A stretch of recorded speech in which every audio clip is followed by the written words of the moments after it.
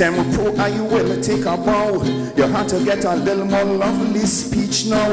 Introducing him is my privilege. This is a man of immense courage. I am pleased to perform. I am the Black Sage. But right now, I would like to invite the chairman, Mr. Joseph Tony, on stage. We have members and supporters defeated the odds when all the odds were stacked against us. There is no longer any talk about our relevance.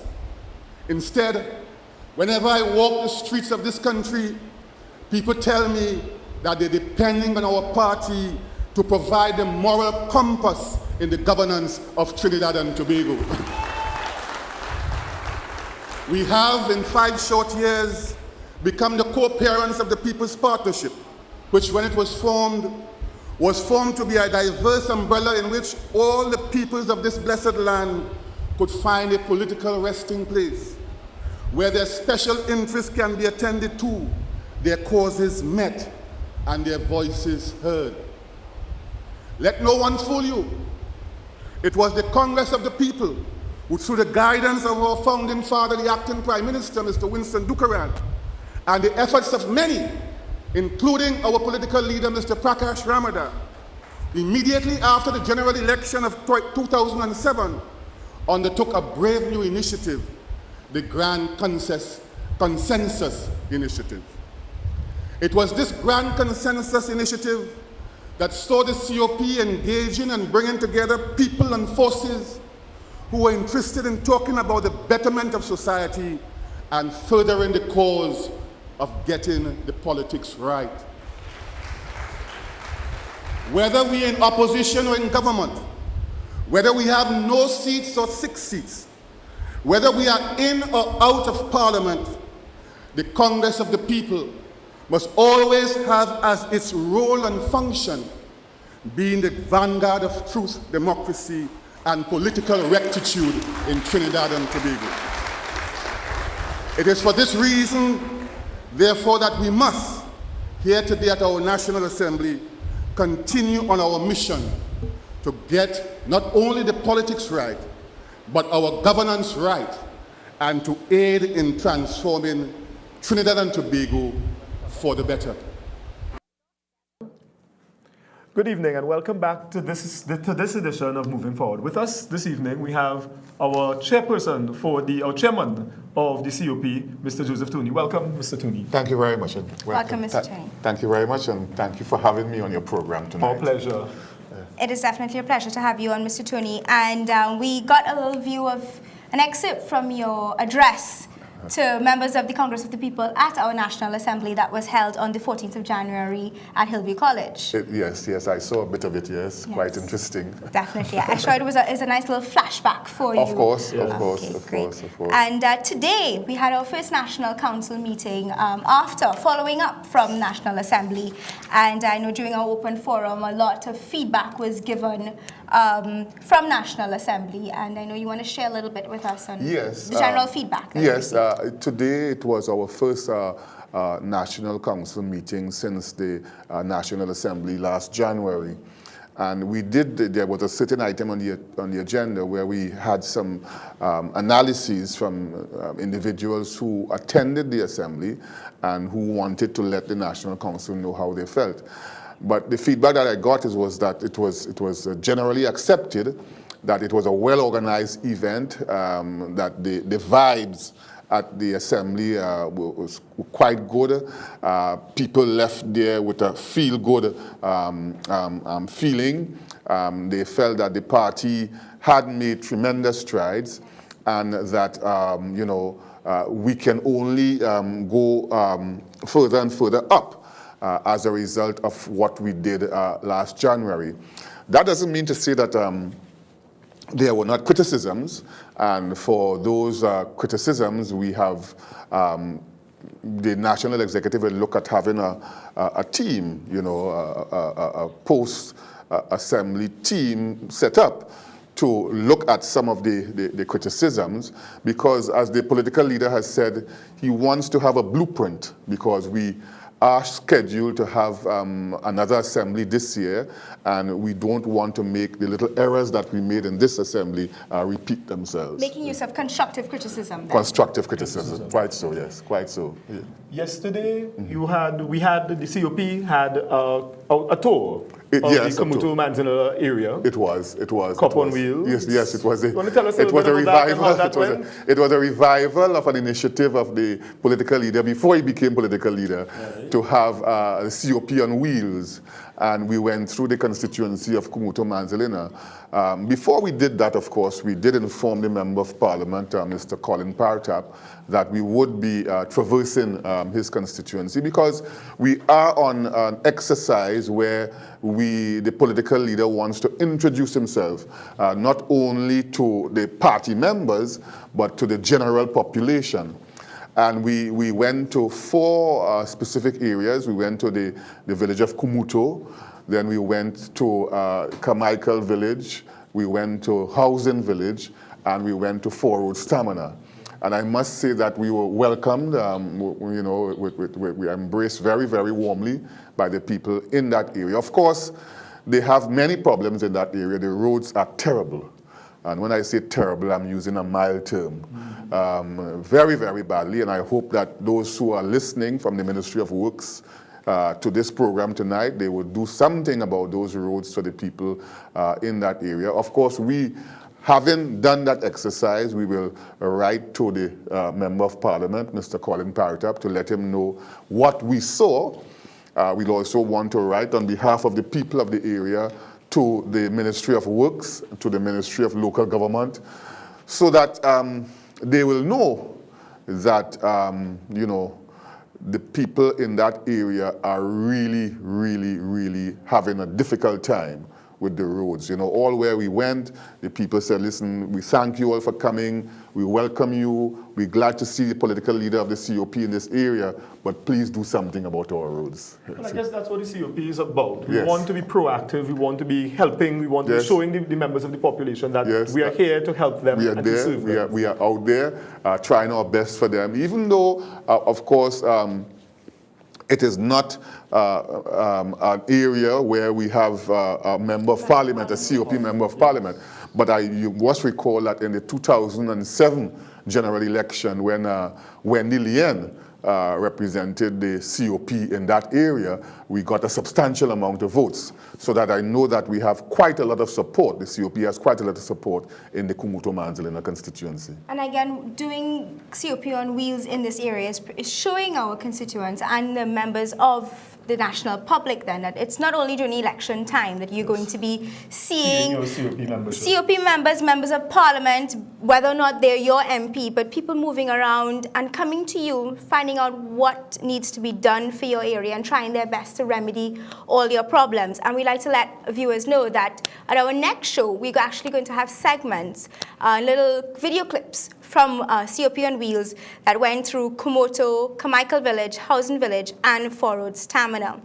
Now, Mr. Tony, what we're going to be discussing this evening, and then the real highlight of this evening's program, would be constitutional reform. It sounds nice, roll off your tongue, constitutional reform. And anyone who has done some political science or law or some general knowledge in social sciences will have an idea. Yeah, so even the everyday man on the street always, talks a little bit about constitutional reform, But what exactly it entails and what is constitutional reform sometimes remains oblivious to many. Yes. And we would like for you to just break it down a little bit for us. What exactly is constitutional reform? All right, well, I think let me start with the manifesto.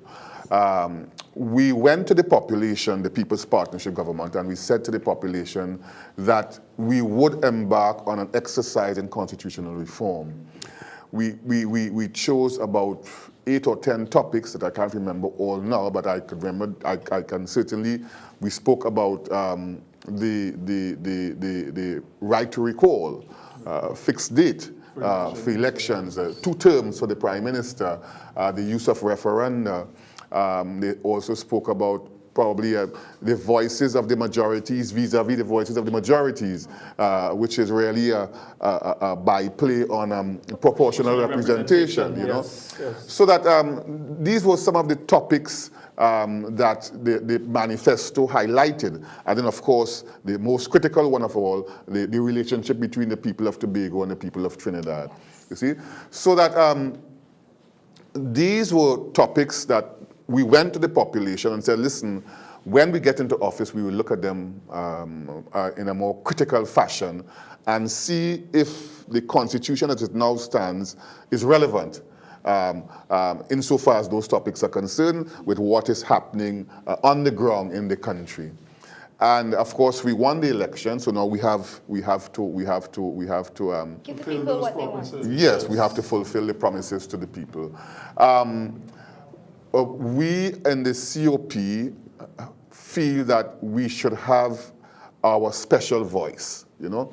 We want, when the discussions begin and when it is time for these matters to be debated, in Parliament or out of Parliament, that the COP must have a voice.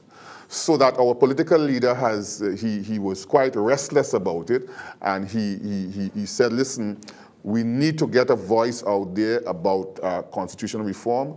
So he asked that a committee be set up, and we have a committee set up, chaired by myself, Mr. Vernon de Lima, Mr. Mahendra, who's our vice chairman, Mr. Mahendra Daniram, he's the Secretary for Public Relations, Mrs. Lila Valère, she's the former ambassador to Canada, and Mr. Clyde Adams, he's a board member of the Tourism Development Committee, and of course we have a logistics person, our Mr. Sawan Ragbeer. So this committee sat down and we looked at the 6 topics that are topical, and we said, listen, let's get cracking with a program to get the views of a COP-driven exercise, you know.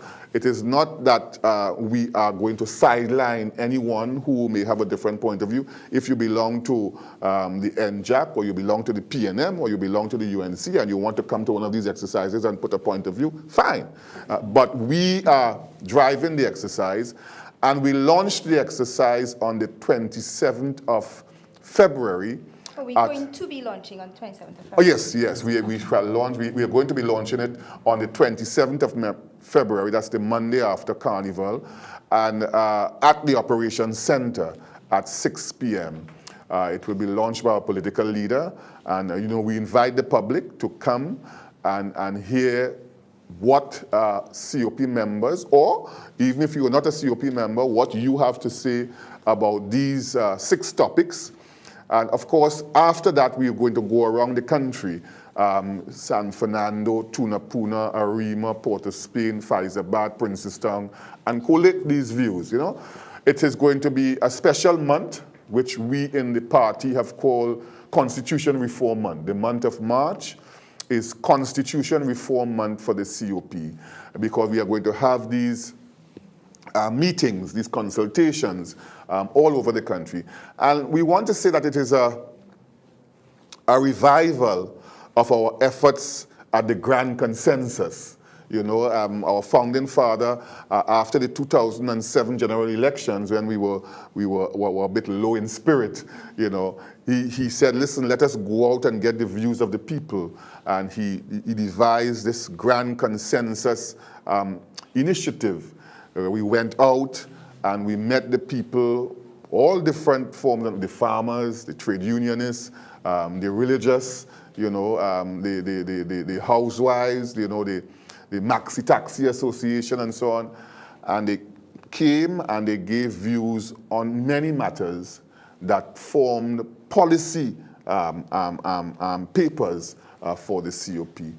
So, yes. Yes, sorry. Many people have the opinion that constitutional reform tends to be top-heavy, in the sense that it's always driven from the top. How is this one going to be different? We want to avoid that on this occasion. That is one of the matters that was raised with us.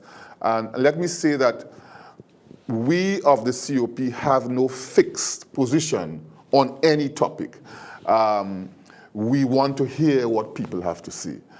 so that as chairman of the committee, the political leader has said, listen, let the people speak, you know. And today at our National Council meeting, there were people who were very, very strident, yes, and vociferous, and very emphatic that they are not coming there to listen to any expert lecture to them for 30 or 35 minutes, yes, and then they have 2 minutes in which to make. It has to be the other way around. They want to speak for 10, 15 minutes, give their point of view, and of course, have an exchange of ideas, exchange of views.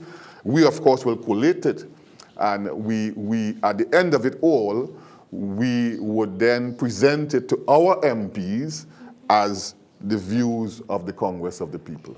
I'm glad you raised that this consultation, because I remember throughout our campaign, be it the 2007 election, the 2010 elections, consultation with the people, yes, was one of the main issues and the main points that came up in all our campaign meetings, all our public meetings. Yes.